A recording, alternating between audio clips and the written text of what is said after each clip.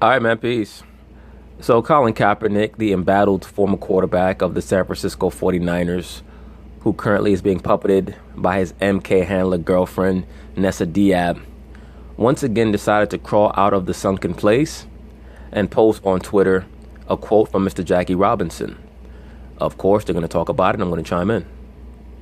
Not only are we asking you to score the ball, rebound the ball, assist the ball, half of the time we're asking you to coach the team and be the GM as well. I'm sorry, if you ask me, LeBron James is undoubtedly more valuable to his team than James Harden.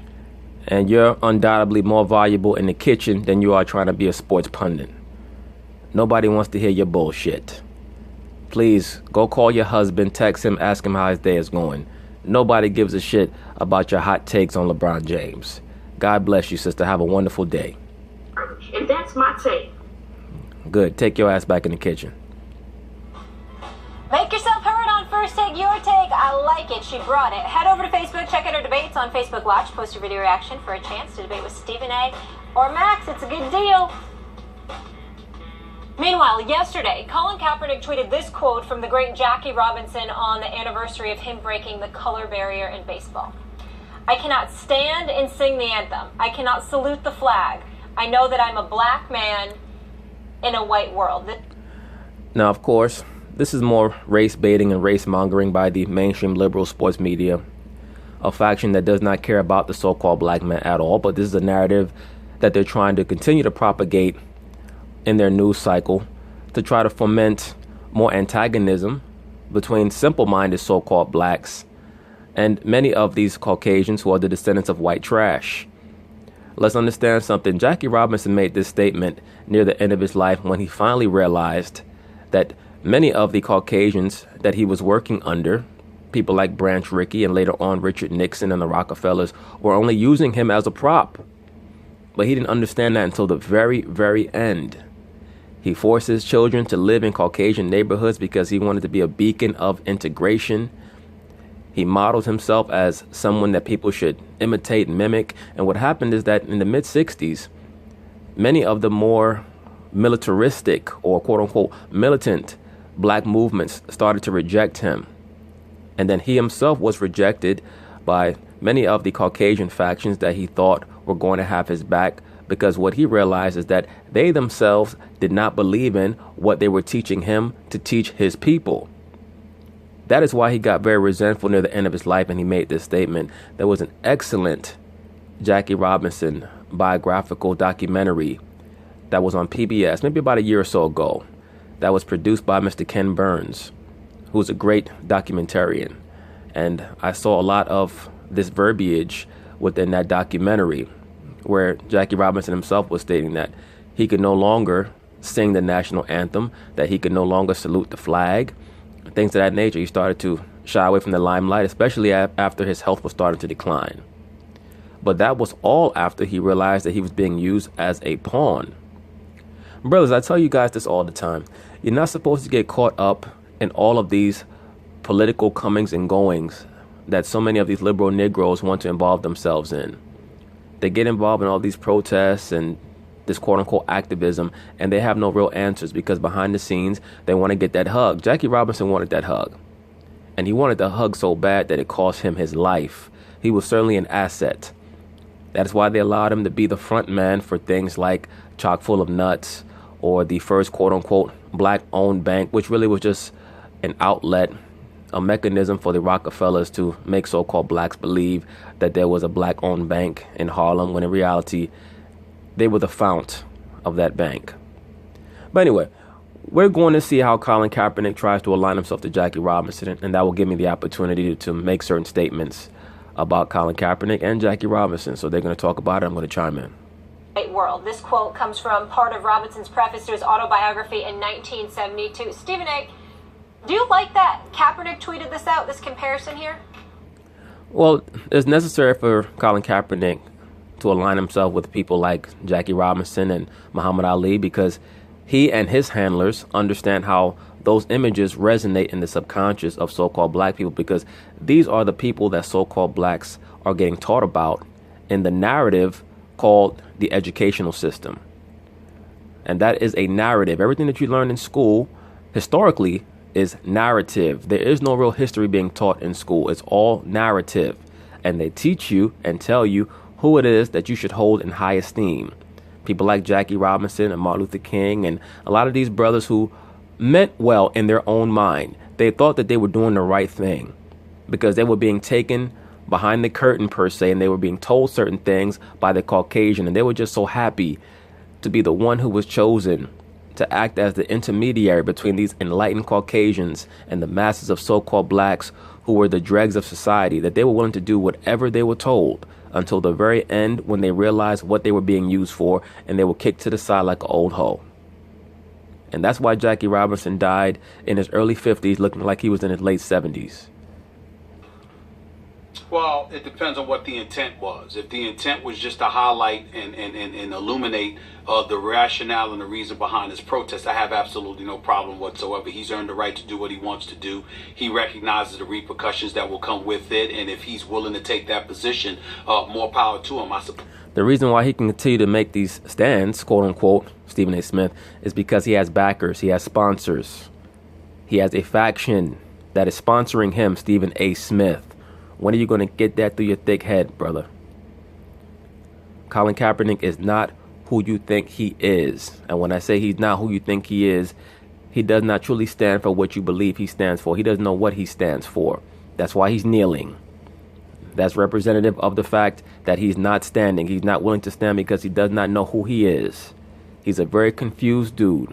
And he's a prop for the boule, a.k.a. his segment of the boule known as Kappa Alpha Psi. Beyond that, we all know that he's under the control of his girl, his handler, Nessa Diab, and her former paramour, Alden Smith, is currently bugging out of his damn mind. So whatever mojo, whatever witchcraft, whatever magic that chick is working on these dudes is very much akin to what the Kardashians work on their subjects.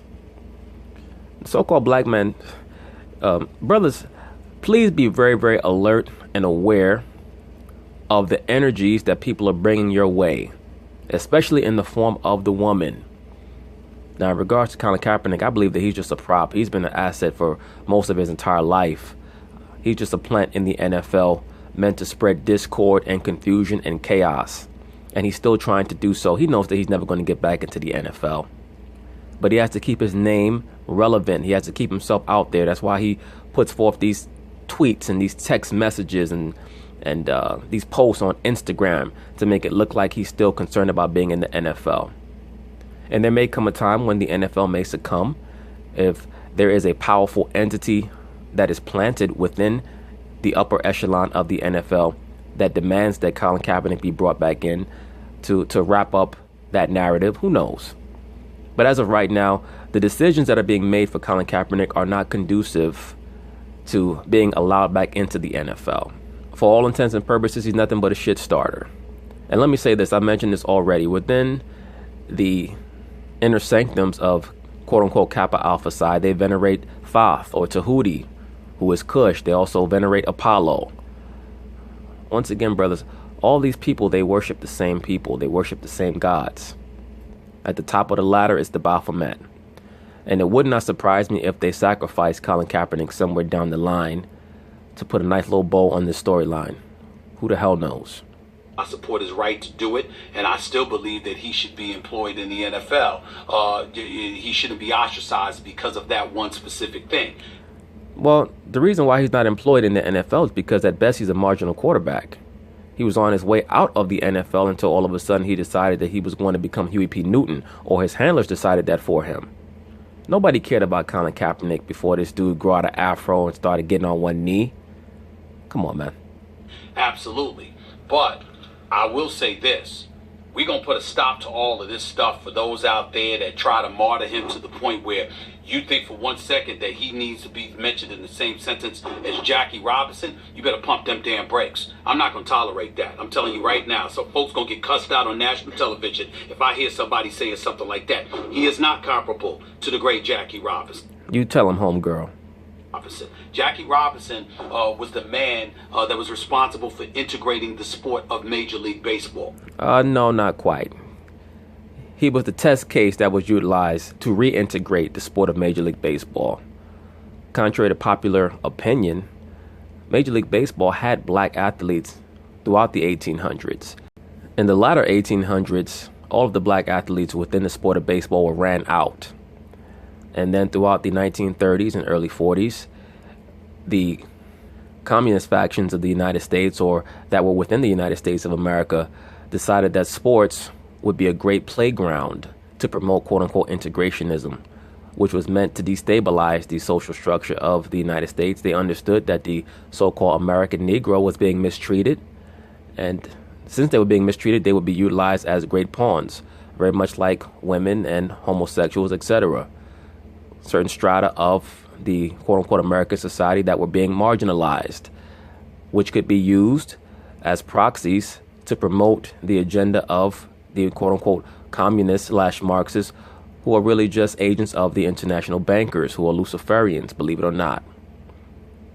All Marxism is/communism is meant to do is destabilize society at large by intermingling all of these various groups together so that no one really knows what's going on. That's why I always tell you, brothers, they want to concentrate on the so-called black man and make him believe that he should join hands with the homosexuals and with the feminist movement, so on and so forth, and everyone is supposed to be going against the so-called Caucasian male. And then once you quote-unquote conquer the Caucasian male, that's going to start the age of Shangri-La, where everybody's going to be happy and there's not going to be any more problems. No. After that, it's only going to go into the next phase where they implement the quote-unquote RFID chip. That's all it's about. That's why they want to take away your guns. But a lot of it started back in the 30s and 40s with many of the communist groups throughout America who wanted to utilize the so-called Negro as a guinea pig. You have very prominent actors like Paul Robeson, who was a communist himself, and he was actually brought before Congress, if I remember correctly. Jackie Robinson was called in a hearing to testify against Paul Robeson. He really did not want to do it initially, but he felt like he had to, because if he didn't, his career could be ruined in Major League Baseball. I'm trying to remember what year it was. It was in the late 40s. But they had Jackie Robinson act as a character witness against Paul Robeson, who was probably the most prominent so-called black actor of the early 20th century, who was an out-and-out communist. So-called blacks have always been targeted for the Communist Party from the early 20th century because they knew, once again, that our people had been disenfranchised and that, therefore, we would be willing to assist them in trying to throw off the quote-unquote shackles of American democracy because it had never worked for us. This is why they were able to basically plant the seeds within the brain of Mr. Martin Luther King and raise him up as an agent for chaos within America. And once they were done with him, they blew his brains out. And once again, brothers, and I always say this, communism is just Marxism, and Marxism is just Luciferianism. That's why they kill these people according to certain dates and in certain rituals. And I'll probably be covering Martin Luther King again. But he was killed in front of his hotel room, which was room 306. And according to the testimony of many of Martin Luther King's compatriots, when he woke up that morning, he was very jubilant. He was happy. He was singing and dancing. Why do I believe he was doing that? Because he most likely had been receiving calls for the previous month or so telling him that he was going to be killed very soon. And he probably received a call the night before to tell him that he was going to be killed that day. And he knew. And notice the city that he was killed in was Memphis, which was a prominent city in ancient Kemet. Okay? He was sacrificed to Heru. That's why that number was 306. They put him in that hotel room and they set him up lovely. And Jesse Jackson already knew that he was going to be allowed to take over the so-called civil rights movement after Martin Luther King was dispatched and done away with. That's why when Martin Luther King tried to transition the so-called civil rights movement over to supporting the sanitation workers and speaking against the Vietnam War, people like Bayard Rustin stepped away and said, this is not what I signed up for. This is not what I trained you for. Because Bayard Rustin was a plant. He was a pansexual. But you know what? I'll cover a lot of that in another video. I've already done a video on Martin Luther King, but I'll be touching on him again in the near future. But Jackie Robinson, he was the sports branch of the communist infiltration of the inner workings of America to promote integration. And once they were done with him, they moved him to the side. He was running behind Richard Nixon and Nelson Rockefeller, thinking that they were going to help him help so-called black people. And when he realized that they were not, that's when he turned against America and started talking about he wasn't going to pledge allegiance to the flag and sing the national anthem. But they were done with him. Jackie Robinson was coming up in a time where we were devoid of civil rights, where we couldn't use the same restaurants or the same bathrooms, or we couldn't patronize the same businesses or the water fountains or anything. You see that number 42? Once again, that is for Tahuti or Thoth, aka Kush. Those numbers always resonate. Am I saying that Jackie Robinson was a plant or agent per se, like mind control? No. But he was trained and he was prepped for what he was going to do. That's why Branch Rickey told him. And he used a lot of psychological maneuvers on Jackie Robinson. He told him, I need a black man who's strong enough to not fight back. They wouldn't tell that to a Caucasian. When they raise up their Caucasian sons, they tell them to be strong and fight back and show your manliness. But when it came to a person like Jackie Robinson, Branch Rickey told him, I need a black man who's strong enough to not fight back. That's why they retired the number 42 in Major League Baseball, because that number 42 has a high resonance. When they did that biographical feature on Jackie Robinson starring Chadwick Boseman, who himself played the quote-unquote Black Panther, who played Heru. They have plans for Mr. Chadwick Boseman. I have little doubt about that. They may have brought him into the industry with plans for him. Who knows? Point being is this, that number 42 has a high resonance for them. Numbers like 42, 23, 13, they represent things on a high spiritual level on the left-hand side. Like that. Jackie Robinson grew up at a time with such alarming hostility that it sparked the civil rights movement, for crying out loud, in certain respects, and there is no question about that. When we look at that and we juxtapose that to Colin Kaepernick, with all due respect, we appreciate his willingness to bring sensitivity and awareness to racial oppression. In other words, he's brought nothing new. He has nothing real to say, because he does not even understand what he represents. And those numbers, they also have resonance on the right-hand side, by the way. But for the sake of speaking about this topic, Jackie Robinson and many of these athletes that are being used as pawns, whether they be monarch athletes or whatever, maybe they're just disillusioned, those numbers also have a resonance on the left-hand side as well. That's why those numbers get exalted, 23 and 6 and 33, 32, 13, 42. The list goes on and on. Racial inequality, police brutality, etc. But this is an NFL player that made in excess of $40 million. This is an NFL player that restructured his deal so he can opt out a year earlier because he wanted to sit up there and maximize the opportunities that were available to him. Allegedly, what he thought were going to be available to him.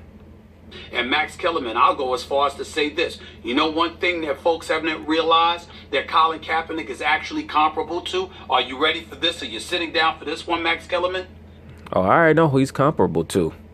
James Bond. Because that motherfucker is a secret agent. He's actually comparable to President Donald Trump. Allow me to explain real quick. Yeah, I want to hear this bullshit. Donald Trump was the former owner for the USFL, who tried to sue the NFL for $1.7 billion.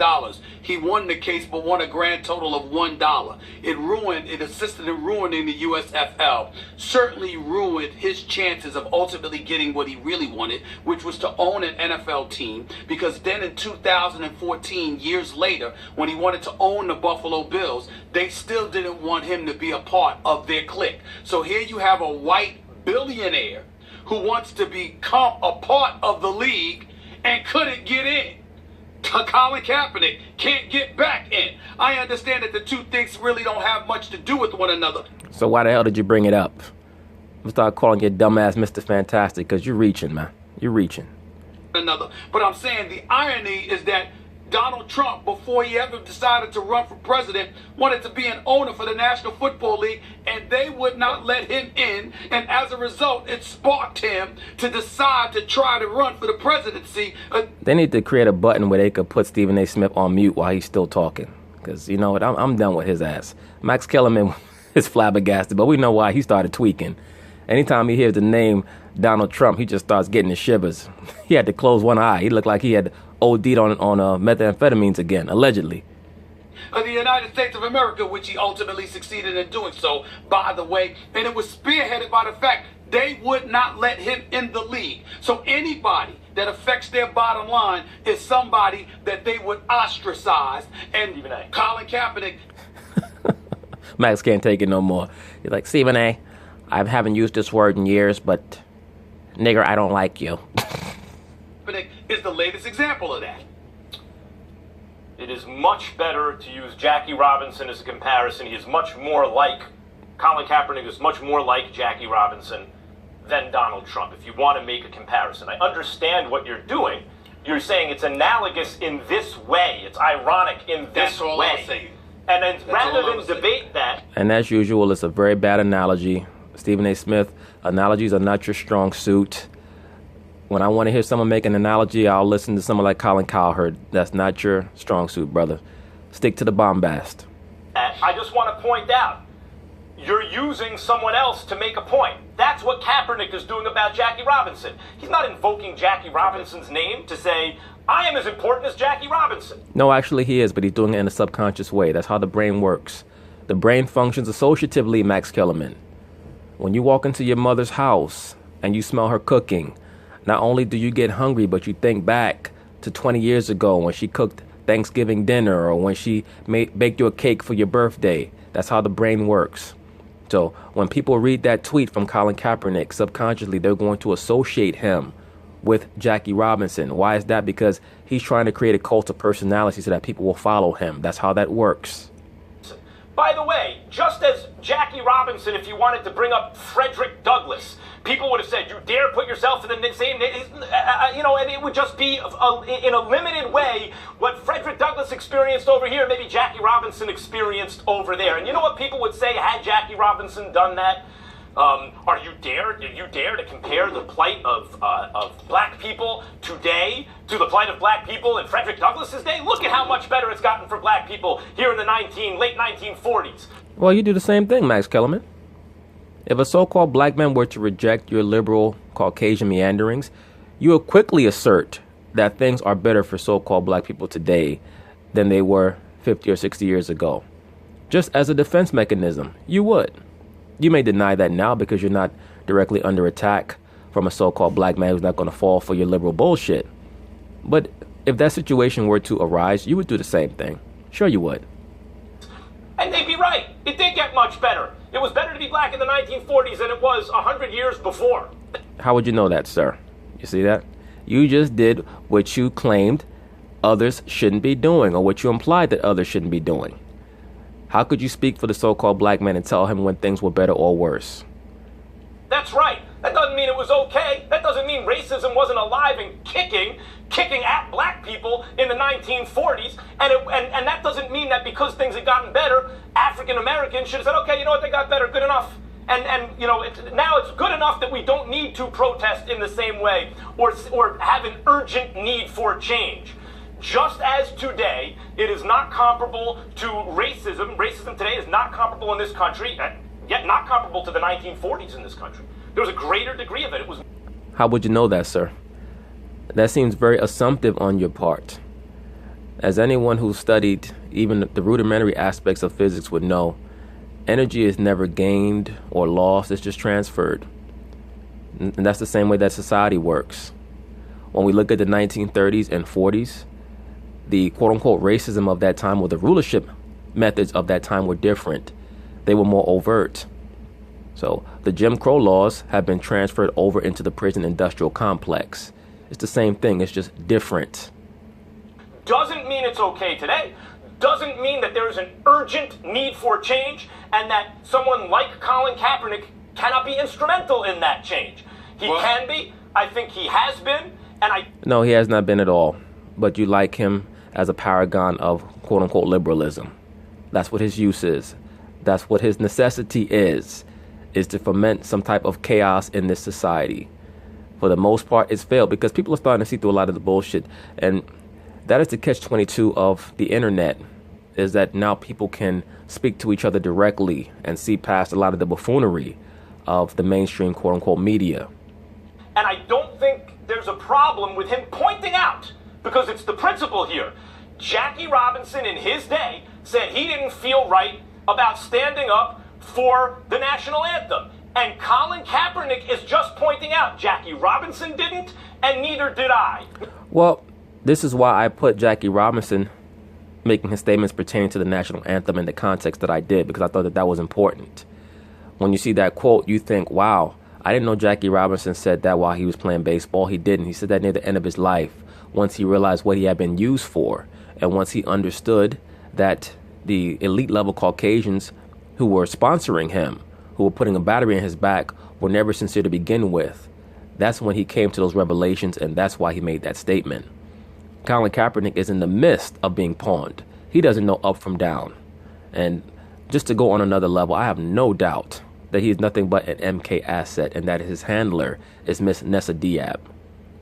Neither do I. And if someone else wants to point out, well, Jackie Robinson didn't because things were far worse in his day. Colin Kaepernick, things are better enough now that you stand. I would point out the Frederick Douglass comparison. And I would, just because things have gotten better by Robinson's day doesn't mean it was all the way okay. And I would also point out that it's no one else's business to tell Colin Kaepernick how he should exercise his First Amendment rights. And if you want to...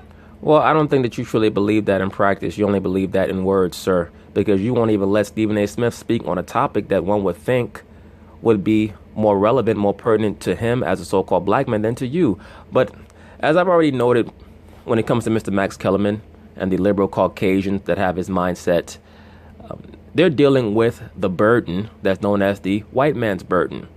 They believe that it's their job to inform the so-called Negro on how they should think, what they should feel, and what's the best way to emerge out of the morass, emerge out of the affliction of so-called Caucasian racism.